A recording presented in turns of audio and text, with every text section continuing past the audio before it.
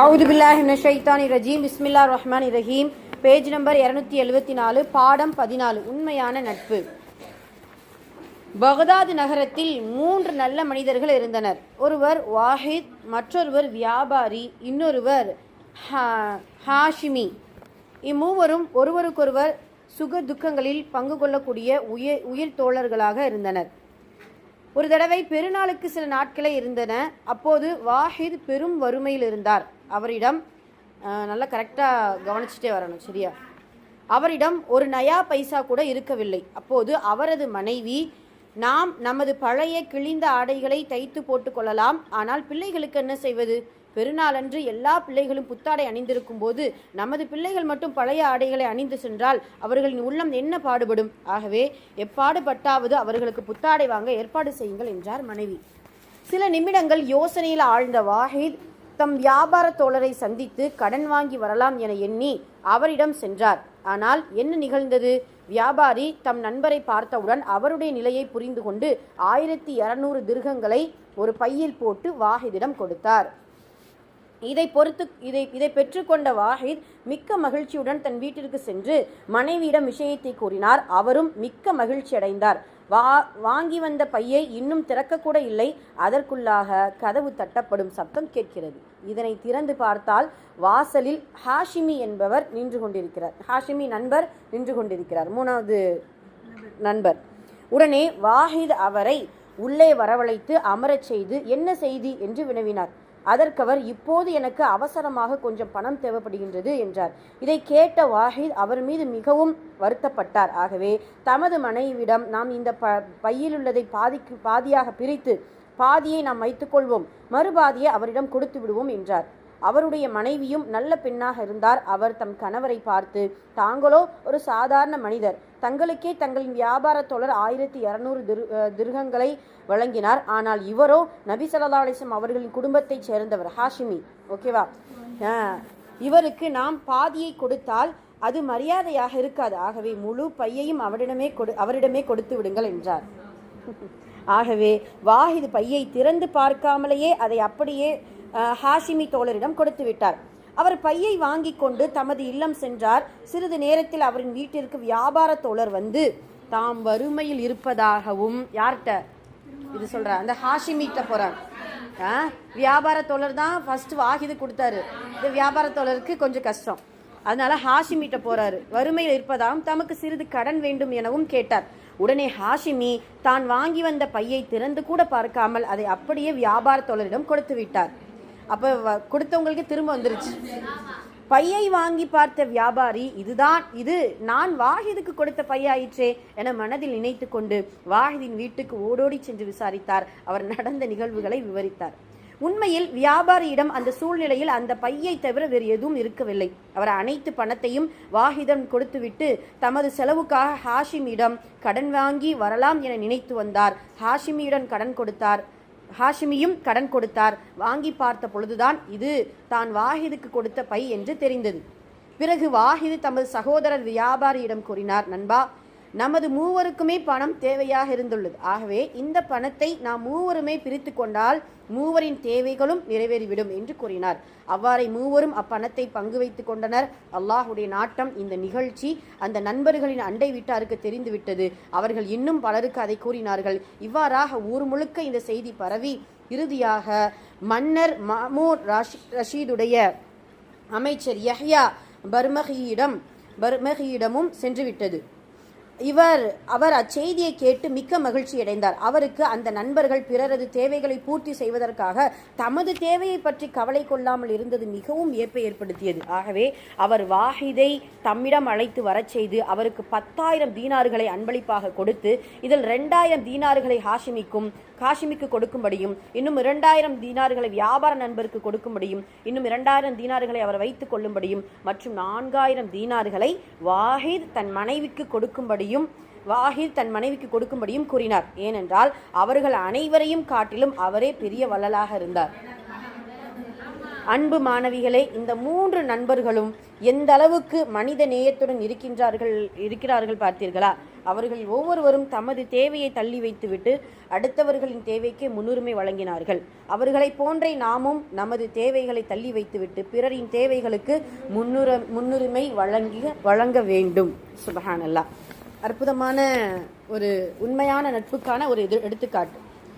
Umar ரலியல்லாஹு அவர்கள் சொன்னது போல, நட்பு என்பது முதல்ல ரசூல் ஸல்லல்லாஹு அலைஹி வஸல்லம் அவர்களுடைய அதுக்கு முன்னால் குர்ஆனில் அல்லாஹ் தஆலா நட்பை குறித்து என்ன சொல்லியிருக்கா அப்படின்னு சொல்லும் பொழுது, அல்லாஹுடைய தோழமை என்கின்ற ஒரு தன்மையில் பார்க்கணும். முதல்ல அல்லாஹுடைய தோழமை. ஏன் அப்படின்னா, நண்பர்களில் ஆக மிகச் சிறந்த நண்பன் என்றால் இறைவன் மட்டும்தான். முதல்ல அதை புரிஞ்சுக்கிறணும்.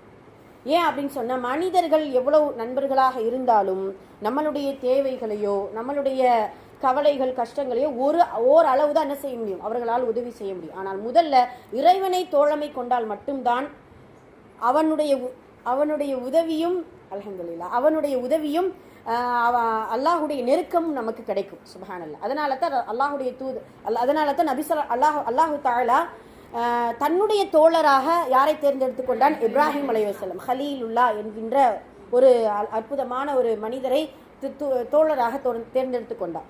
ஏன் தோழராக தேர்ந்தெடுத்து கொண்டான் என்பதுதான் நமக்கான பாடம். ஏன்னா நமக்கு அல்லாஹ்வுடைய நண்பன், அல்லாஹ்வுடைய தோழமை நமக்கு கிடைக்கணும்ல.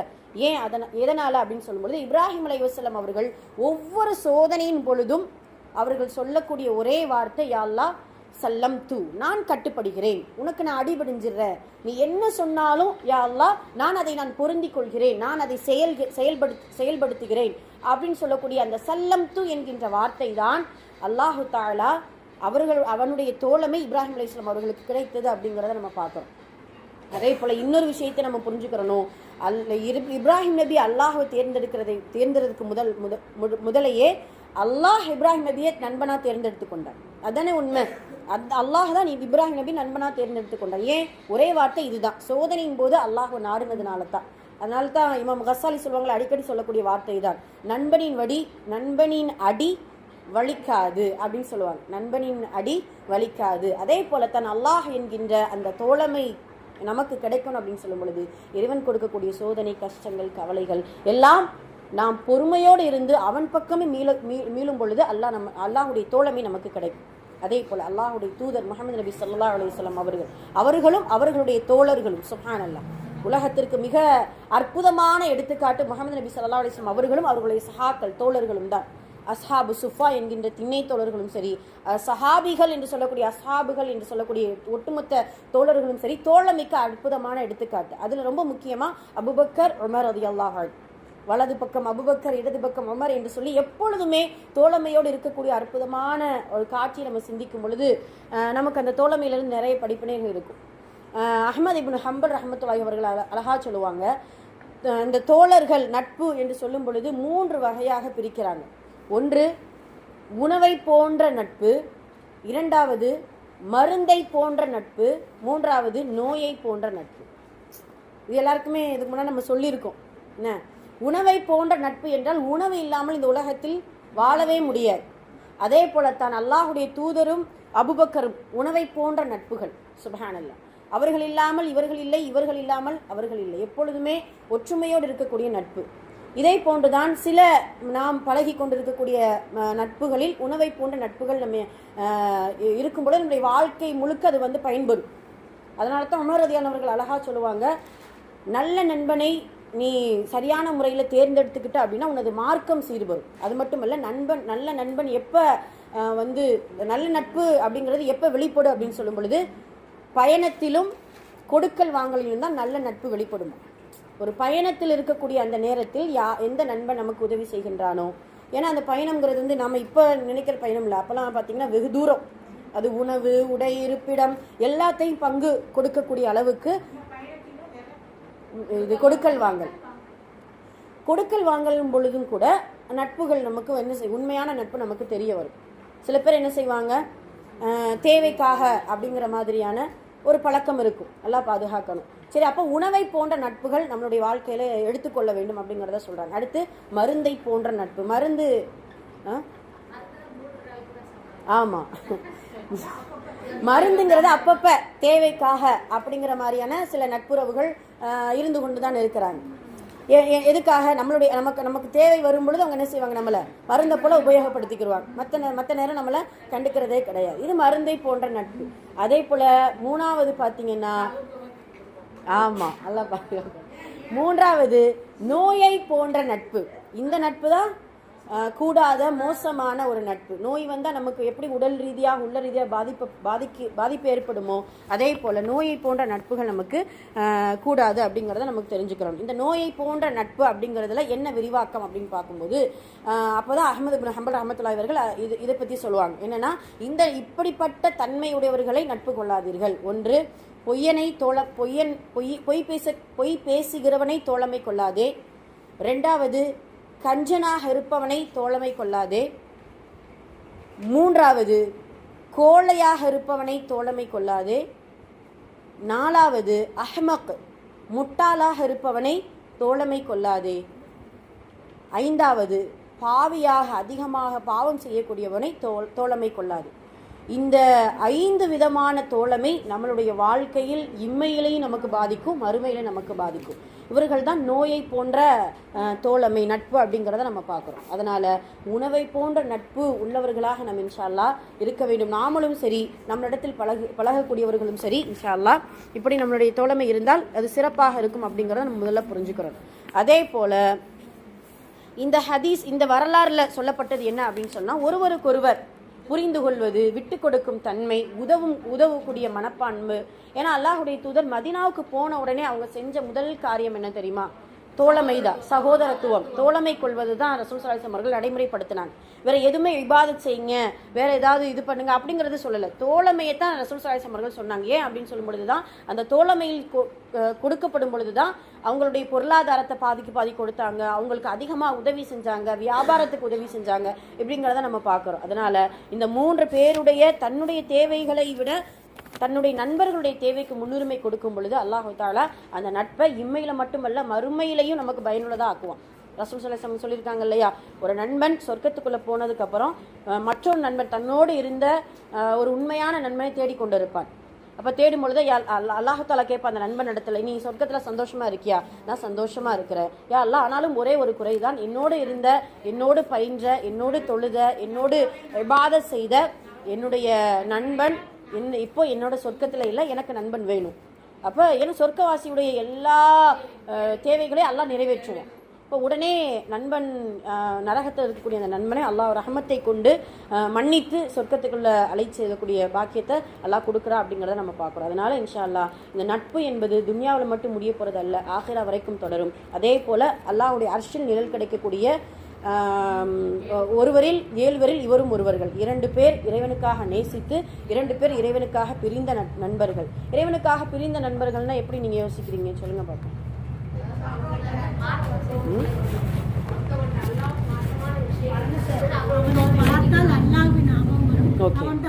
இது மாஷா அல்லாஹ், இது அல்லாஹ்வுடைய தூதர் சொன்ன அடையாளம், நல்ல நட்புக்கான அடையாளம். பார்த்தால் 4 அடையாளம் உருவாகும், மறுமை சிந்தனை ஏற்படுத்தும், அதாவது போல அப்படிங்கிறதையும் சொல்லுவாங்க. சூப்பர். ஏதாவது இறைவனுக்காகவே சேர்ந்த அப்படின்னு சொல்லும் பொழுது நம்ம எல்லாருமே பிறப்பினால் சகோதரர்கள் தான், தோழமையோடு தான் நம்ம பிறந்திருக்கோம். அந்த தோழமை நிறைஞ்சிருந்து முஸ்லீமா வாழ்ந்து நல்லது கெட்டதில் அவர்களோடு பங்கிட்டு கொடுக்கல் வாங்கலோடு உதவி செய்து கடைசியாக மரணம் நம்மை பிரிக்கிறது என்றால் அதுதான் இறைவனுக்காகவே சேர்ந்து இறைவனுக்காகவே பிரிந்த 2 நண்பர்கள். இப்போ என்னென்னா சொல்லுவாங்களே, எங்களுக்கு 10 வருஷம் பழக்கம், நாங்கள் சைல்ட்ஹுட் ஃப்ரெண்ட், அதாவது சின்ன வயசுலேருந்து நாங்கள் பழகிட்டு இருக்கிறோம் அப்படிங்கிறத சொல்லுவாங்க. அந்த பழக்கத்தின் இடையில் நல்ல முறையில் அந்த நட்பை என்ன செய்யணும், கொண்டு போய் கடைசி வரைக்கும் அந்த மரணம் வரைக்கும் இருக்கக்கூடிய அந்த இருக்கக்கூடிய 2 நண்பர்களுக்கு தான் அல்லாஹ் மறுமையின் நிழலை கொடுக்கின்றான் அப்படிங்கிறத சொல்லுவாங்க. அதே போலதான் ரசூல் ஸல்லல்லாஹு அலைஹி வஸல்லம் அவர்கள் சொன்னது போல நல்ல நண்பனுக்கு உதாரணம் அக்தர் கடைக்காரனை போல. தீய நண்பனுக்கு உதாரணம் அந்த இரும்பு பற்றையில் இருக்கக்கூடிய கொல்லனை போல உதாரணம் அப்படிங்கிறத ரசூல் ஸல்லல்லாஹு அலைஹி வஸல்லம் அவர்கள் நமக்கு சொல்லுவாங்க. அதே போல நல்ல நண்பர்களுடைய அடையாளமாகவும் அவர்களிடத்தில் பேசும் பொழுது இரையச்சம் அதிகரிக்கும், அவர்களை பார்க்கும் பொழுது நல்ல நற்குணங்கள் வளரும், அவர்களோடு அமரும் பொழுது மறுமை சிந்தனைகள் அதிகரிக்கும் அப்படிங்கிறத நபி ஸல்லல்லாஹு அலைஹி வஸல்லம் அவர்கள் நல்ல நட்பர்களுக்கான உதாரணத்தை சொல்லுவாங்க. அதனால இன்ஷா அல்லாஹ் நல்ல நட்பை தேர்ந்தெடுத்துக் கொள்ள வேண்டும். அந்த நட்பு இம்மையிலும் நமக்கு பலன் தரும், மறுமையிலும் நமக்கு அதனுடைய வெகுமதியை நமக்கு பெற்றுத்தரும் இன்ஷா அல்லாஹ். இந்த மூவர்களுடைய சம்பவத்தில் நமக்கு கிடைக்கக்கூடிய படிப்பினை, நம்மளுடைய தேவைகளை விட நம்மளுடைய நண்பர்களுடைய தேவைகளுக்கு முக்கியத்துவம் கொடுக்கும் பொழுது பிறர் நலம் நாடுவது முன்னுரிமை கொடுக்கும்போது அல்லாஹ் தஆலா நம்மளுடைய தேவைகளையும் முழுமையாக நிறைவேற்றுவோம். ஏன்னா நமக்கு இல்லாமல் ஆகாது. அந்த 3 பேரை பார்த்தீங்களா, 3 பேர் ஒருவருக்கு உதவி செய்ய பார்த்தாங்க. சுப்ஹானல்லாஹ், கடைசியில் 3 பேருமே பிரிச்சுக்கிறலான்னு சொல்லும் பொழுது இந்த செய்தி ஊர் மக்களுக்கெல்லாம் தெரிஞ்சு அந்த அரசாங்கத்திலிருந்தே அவங்களுக்கு அவ்வளவு திருகங்கள் வந்திருக்கு. அவங்களுடைய தேவைக்கு மீறி ஆளுக்கு 2000 திருகம், அதே போல மனைவிக்கு 4000 திருகம். சுப்ஹானல்லாஹ். சரி, இன்னொரு கோணத்தை இதில் நம்ம கவனிக்கணும். நண்பர்கள் அல்ஹம்துலில்லாஹ் நம்மளுடைய வாழ்க்கையின் ஒரு உறவாக இருப்பது அவசியம். நண்பர்கள் இல்லாமல் இருக்க முடியாது, இருக்கக்கூடாது. தனிமை அப்படிங்கிறது இபாதத்துக்கு மட்டும்தான் பொருந்தும். மற்ற எல்லா நேரத்திலையும் நண்பர்கள், உறவுகள், சகோதரத்துவம் எல்லாம் இருக்கும். ஆனால் ரசூல் ஸல்லல்லாஹு அலைஹி வஸல்லம் அவர்கள் சொன்னது போல கியாமத் நாளுடைய ஒரு அடையாளம், நண்பர்களை அருகில் வைத்து பெற்றோர்களை தள்ளி வைக்கக்கூடாது. சிறிய அடையாளங்களில் ஒன்று நம்ம பார்க்குறோம் இல்லையா? இப்போ நம்மளுடைய பிள்ளைகளை பாருங்களேன், நம்ம பேச்சை கேட்குறாங்களோ இல்லையோ, நண்பர்கள் பேச்சை அப்படியே அழகாக கேட்பாங்க. சொல்லுப்பா, கொஞ்சம் சொல்லி புரிய வை அப்படின்னு சொல்லிட்டு பெற்றெடுத்த பெற்றோர்களுடைய பேச்சுக்கான மதிப்பு இல்லை. இப்போ கியாமத் நாளுடைய ஒரு அடையாளமாக நமக்கு என்ன செய்து இது சொல்லப்படுது அப்படிங்கிறத நம்ம, அதனால் இந்த விஷயத்துல நம்ம என்ன செய்யணும், கவனம் செலுத்தணும். நண்பர்கள் கொடுக்கலாம், ஆனால் பெற்றோர்களை விட முன்னுரிமை என்ன செய்யக்கூடாது, கொடுக்கக்கூடாது. அதில் ரொம்ப கவனமாக இருக்கணும். அதே போல தான் சில ரகசியங்கள் அப்படின்னு சொல்லும்போது பெற்றோர்களை விட நண்பர்களுக்கு தான் அதிகமாக தெரியும். அது நம்மளா கூட இருக்கலாம். சில பேர் நம்மளுடைய ஃப்ரெண்ட்ஸுங்க இருக்கிறாங்க அப்படின்னா பெற்றோர்களை விட நம்மக்கிட்ட அதிகமான ரகசியங்களை சொல்லுவாங்க. அந்த ரகசியங்களை நல்ல முறையில் பாதுகாத்து இருக்கணும். அதில் ரொம்ப கவனமாக இருக்கும். நம்ம என்ன செய்வோம் அப்படின்னா, அதுலேயும் இந்த கணவன் மனைவி உறவு, சகோதர சகோதரிகளுடைய உறவு, இந்த உறவுகளை விட நண்பர்களுடைய உறவில் ஒன்று மட்டும் இருக்கவே கூடாது. அதுதான் நம்பிக்கை துரோகம். அந்த நம்பிக்கை துரோகம் மட்டும் என்ன செய்யக்கூடாது, இருக்கவே கூடாது. ஒரு ரகசியத்தை சொல்கிறோம், ஒரு குறையை நம்ம இது பண்ணி சொல்கிறோம். எந்த அளவுக்கு அப்படின்னா, பெற்றெடுத்த தாய்கிட்ட கூட என்ன செய்யக்கூடாது, சொல்லக்கூடாது. இதை பாருங்களேன், அனஸ் ரலியல்லாஹு அன்ஹு அவர் நண்பர்கள், தோழர்கள் தான். இவங்க எல்லாருமே சஹாபாக்கள்லாம் என்னது, தோழர்கள் தான். அனஸ் ரலியல்லாஹு அவர்கள் இடத்துல ஏதோ ஒரு வேலையை ரசூல் ஸல்லல்லாஹு அலைஹி வஸல்லம் அவர்கள் என்ன செய்கிறாங்க, சொல்லி விடுறாங்க. ஒரு ரகசியத்தை, ஒரு வேலையை சொல்லி கொடுறாங்க. பெற்றெடுத்த தாய் என்ன செய்கிறாங்க, கேட்குறாங்க, அனஸ் ஏன் இவ்வளோ லேட்டாக வந்தீங்க, எங்கே போனீங்க அப்படின்னு சொல்லும்பொழுது அல்லாஹ்வுடைய தூதர் எனக்கு ஒரு வேலையை அனுப்புனாங்க. என்ன வேலை, அதெல்லாம் சொல்ல முடியாது. இப்போ அனஸ் அவர்கள் நான் போனோம், அதுதான் அவங்களுடைய அந்த என்ன வேலையோ என்ன ரகசியமோ, அந்த தாயை நான் உங்களிடத்துல என்ன செய்ய மாட்டேன், சொல்லவே மாட்டேன் அப்படிங்கிட்டு அனஸ் அவர்கள் சொல்றதை நம்ம பார்க்குறோம். இப்படி நண்பர்களுக்கு மத்தியில் நம்பிக்கை துரோகம் இருக்கவே கூடாது அப்படிங்கிறதையும் நம்ம இன்ஷா அல்லாஹ் நம்ம புரிஞ்சுக்கிறோம். ஹைர், அல்ஹம்துலில்லாஹ். சரி, இந்த வரலாறு ரொம்ப சுவாரஸ்யமாகவும் இருக்குது, நல்லா இருக்குது. இன்ஷா அல்லாஹ் புரிஞ்சு படிச்சுக்கிறோம்.